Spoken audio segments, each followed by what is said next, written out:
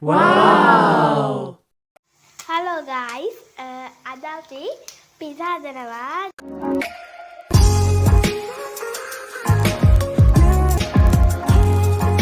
Chicken ටික මේ බෙද ගන්නවා. සෝස් දාලා දැන් මේව කරලා තියෙන්නේ.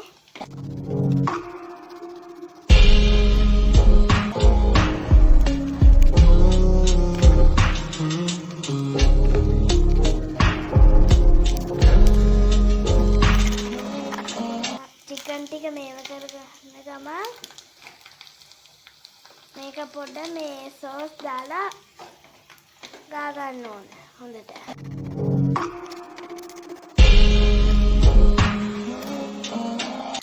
දැන් අපි තක්කාලි ලුණුයි දාලා මේක සරස ගත්තා. ඊළඟට අපි චිකන් ටික මේකට අයිත් දානවා. මේ තමයි අපේ පීස් එකේ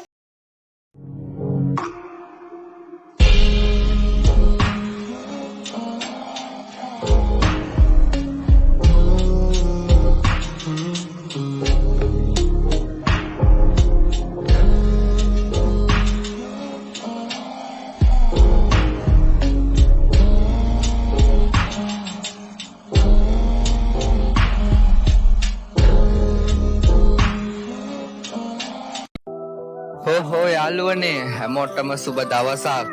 ඉතින් යාළුවනේ මගේ වීඩියෝ එකට ෆලෝ කරලා ලයික් කරලා කමෙන්ට් කරලා